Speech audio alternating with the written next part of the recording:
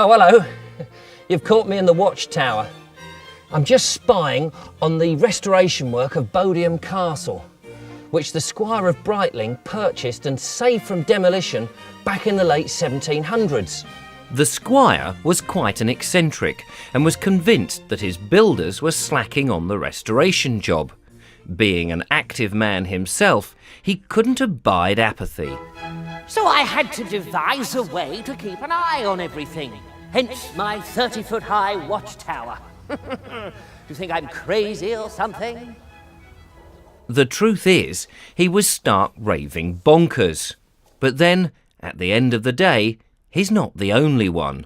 In fact, you, me, and everyone, we're all slightly mad. To a greater or lesser degree, we all veer from the norm. But there are some that tilt just that little bit more into the realms of insanity than is strictly good for them. Throughout history, Britain has been full of them. I'm Richard Vobes, and we're talking Oddball Eccentrics.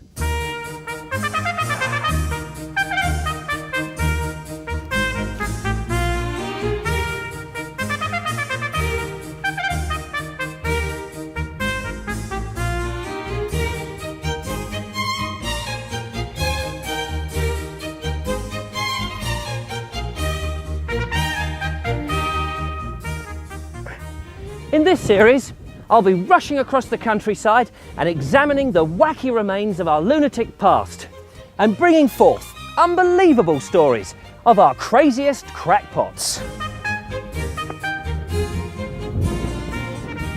My journey is initially across the width and breadth of Britain, but it doesn't stop there. There are huge numbers of oddballs in Europe and across the world. Rich or poor, they come from all walks of life and in a variety of shapes and sizes.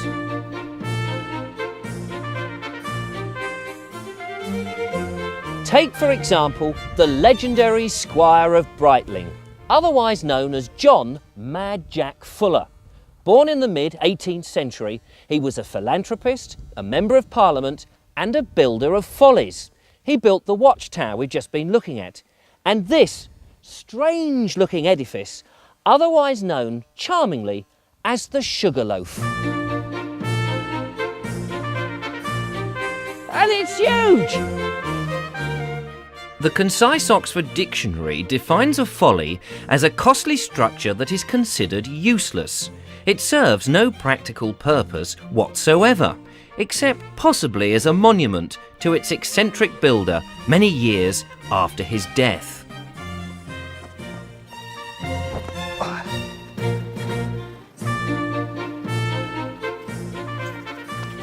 You see, the story goes that one night John Fuller was carousing with the vicar of Dallington, and whilst on the wrong side of many flagons of ale, he made a stupid wager. Yes, well, I suppose it's true to say that I was just a tiny bit worse for wear when I challenged the vicar to a small bet. But dash it all, the silly old fool couldn't believe it was possible for me to see Dallington church spire from my bedroom window. Poppycock, of course it's visible, plain as the nose on your face.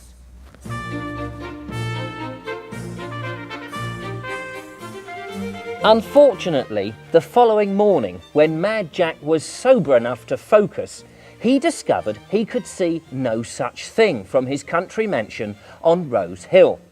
So, he hastily had the folly constructed, supposedly overnight, in the shape of the church spire, to fool the vicar.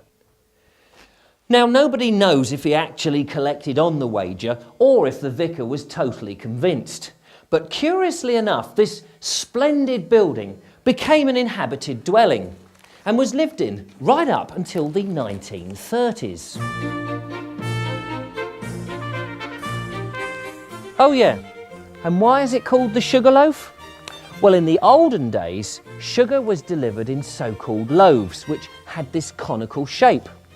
And if this was made out of sugar, it would be the perfect house for Hansel and Gretel. And we'll be hearing more of John Fuller and his crazy follies and unusual buildings in the series. Right, come with me to the 1800s and meet William John Cavendish Scott Bentinck. No ordinary geezer him. He was the 5th Duke of Portland and the owner of Welbeck Abbey in Nottinghamshire.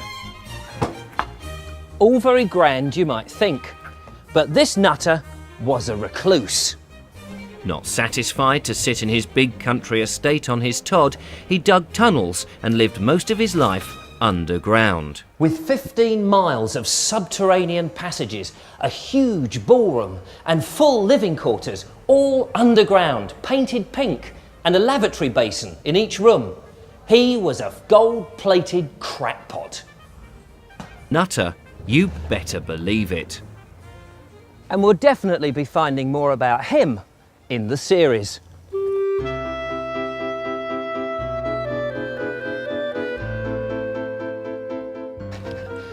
Right then, now, up here, this is the site of the old Highdown Mill on the South Downs just north of Worthing in West Sussex.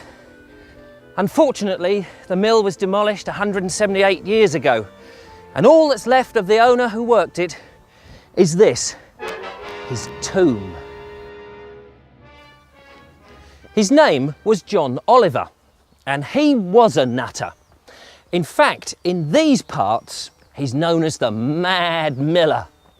Born in 1709 and died some 84 years later, they do say that he knew more about smuggling than he did about milling.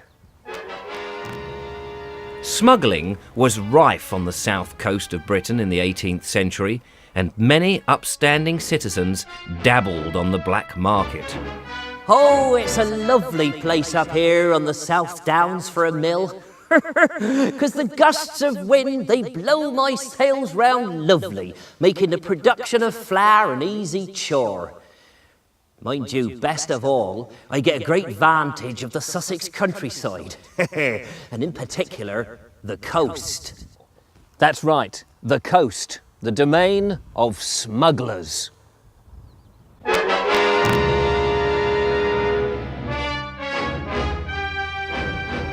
Ooh. The legend goes that the Mad Miller was in league with smugglers, and he would leave his sails in a certain position to warn when the customs men were in the area. The payoff, of course, was contraband.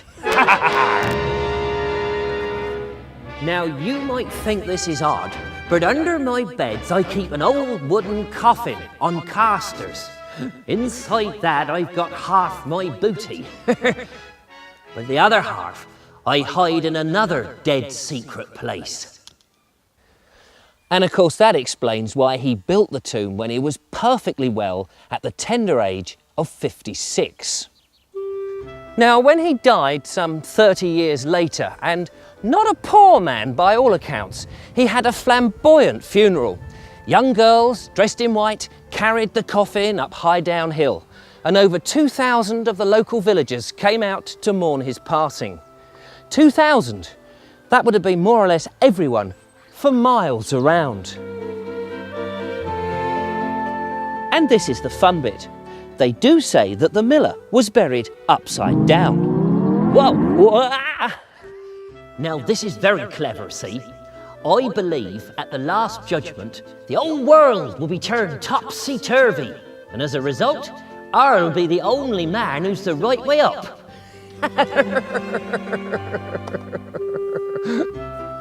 Crazy? You betcha. But there's more. Carved on the side of the tomb, now faded by the passage of time, are a set of warnings. Amongst the pious verses, it's claimed that if you run round the tomb 7 times, the ghost of John Oliver will rise up and haunt you. OK, I think we ought to try it. Go! 1,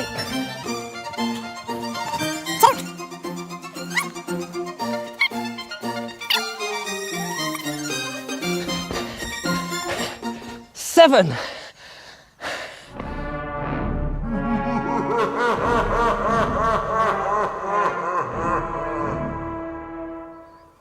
Oh well, perhaps he's far too busy drinking all that lovely illicit rum. Cheers. Cheers. Now another oddball from the 17th century was Lord Rokeby. He wanted to spend his whole life immersed in water.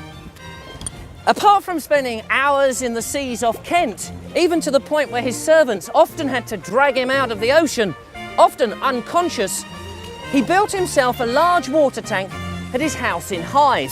And there he spent most of his life bobbing up and down like an apple at a Halloween party.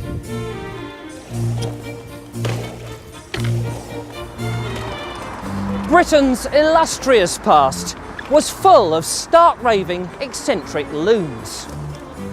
Take, for example, the Prince Regent George, born 1762 and died in 1830, and somewhere in between became King George IV.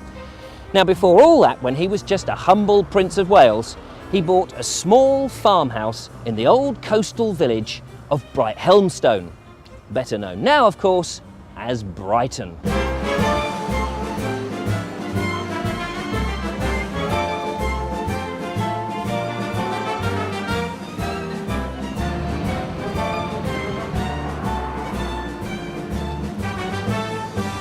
It was a retreat from his regal duties, and he couldn't get enough of the calming sea air in this delightful fishing village. Just the perfect place for a king to be. But then he started to go bonkers and began making minor changes to his discreet seaside dwelling. 50 years and 3 architects later, he had transformed the rustic farmhouse to a well over-the-top neoclassical Chinese Indian-like edifice. The extraordinary onion-roofed Brighton Pavilion was born.